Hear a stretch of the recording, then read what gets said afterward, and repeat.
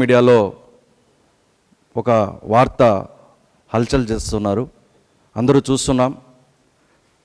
ఒక సెలబ్రిటీ దైవ దర్శనం కోసం వచ్చి ఆ లైన్లో, దర్శనానికి వెళ్ళే లైన్లో ఏదైతే ప్రసాదాలు భక్తులకు టీటీడీ ఉద్యోగస్తులు ఇస్తారో ఆ ప్రసాదం పైనే కామెంట్ చేయడం గత 2 రోజులుగా మనం సోషల్ మీడియాలో చూస్తూ ఉన్నాం. చాలా బాధాకరమైన విషయం ఇది.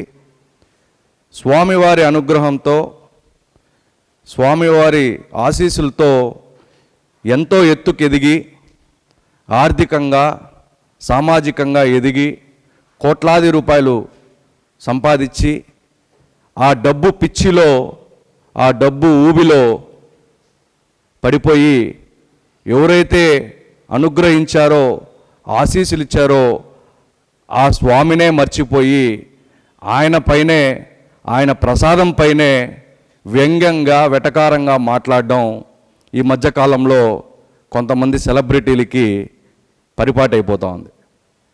టీటీడీ ఉద్యోగ సంఘ నాయకులుగా మేము దీన్ని తీవ్రంగా ఖండిస్తున్నాం. ప్రపంచంలోనే ఎక్కడా లేనటువంటి సౌకర్యాలు తిరుమల తిరుపతి దేవస్థానంలో ఉంది. ఇక్కడికి వచ్చే భక్తులు టీటీడీ యొక్క ముఖ్య ఉద్దేశం ఏంటంటే దూర ప్రాంతాల నుంచి దేశవ్యాప్తంగా, రాష్ట్ర వ్యాప్తంగా, ప్రపంచవ్యాప్తంగా వచ్చే భక్తులు ఇక్కడికి వచ్చిన తర్వాత స్వామివారి దర్శనం మంచి వాతావరణంలో చేసుకొని, ఆహ్లాదకరమైన వాతావరణంలో స్వామిని దర్శించి ఇక్కడి నుంచి సంతృప్తికరంగా వాళ్ళు తిరిగి వాళ్ళ యొక్క గమ్యస్థానానికి వెళ్ళాలని చెప్పి తిరుమల తిరుపతి దేవస్థానంలో ఉన్నటువంటి చైర్మన్ గారు కావచ్చు, ఉన్నతాధికారులు కావచ్చు, ఉద్యోగులు కావచ్చు, అహర్నిశలు రాత్రింబగళ్ళు కష్టపడి ఇక్కడ అన్ని సదుపాయాలు ఏర్పాటు చేస్తే ఇక్కడికి వస్తున్నటువంటి కొంతమంది సెలబ్రిటీలు ఎవరైతే డబ్బు పిచ్చి, డబ్బు ఊబిలో కూరుకుపోయినటువంటి కొంతమంది సెలబ్రిటీలు ఇక్కడికి వచ్చి భక్తుల మనోభావాలు దెబ్బతినేలాగా ప్రవర్తించడం అనేది చాలా బాధాకరమైన విషయం. మొన్న చూసాం, ఒక సెలబ్రిటీ తిరుమల స్వామివారి దర్శనానికి వెళ్తూ అక్కడ అన్నప్రసాదాలు ఇస్తే రిచెస్ట్ భిక్షగాలం మా జీవితంలో ఎప్పుడు మేము అడుక్కోలేదు, మొట్టమొదటిసారిగా మేము అడుక్కొని ప్రసాదం తీసుకున్నాం అని చెప్పడం జరిగింది. తర్వాత ఎవరైతే ఆ కామెంట్ చేశారో మళ్ళా నిన్న ఒక వీడియో రిలీజ్ చేశారు.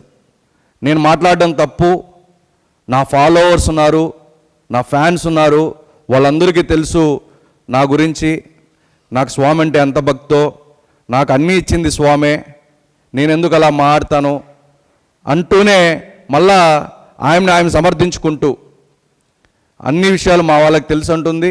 ఒక పక్క క్షమాపణ చెప్తుంది, మళ్ళీ అక్కడ 2 విధాల 2-4 దూరంలో ఆయన మాట్లాడడం కూడా జరిగింది.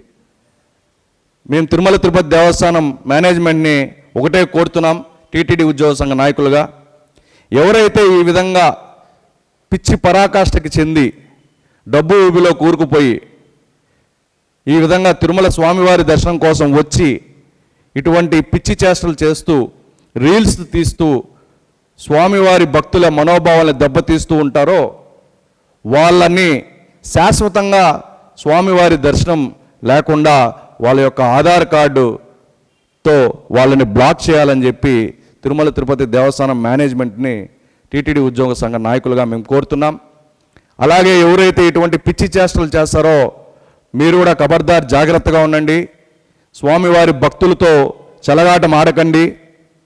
స్వామివారు కానీ కోపగిస్తే ఆ పరిణామం ఎలా ఉంటుందో చాలామందికి తెలుసు.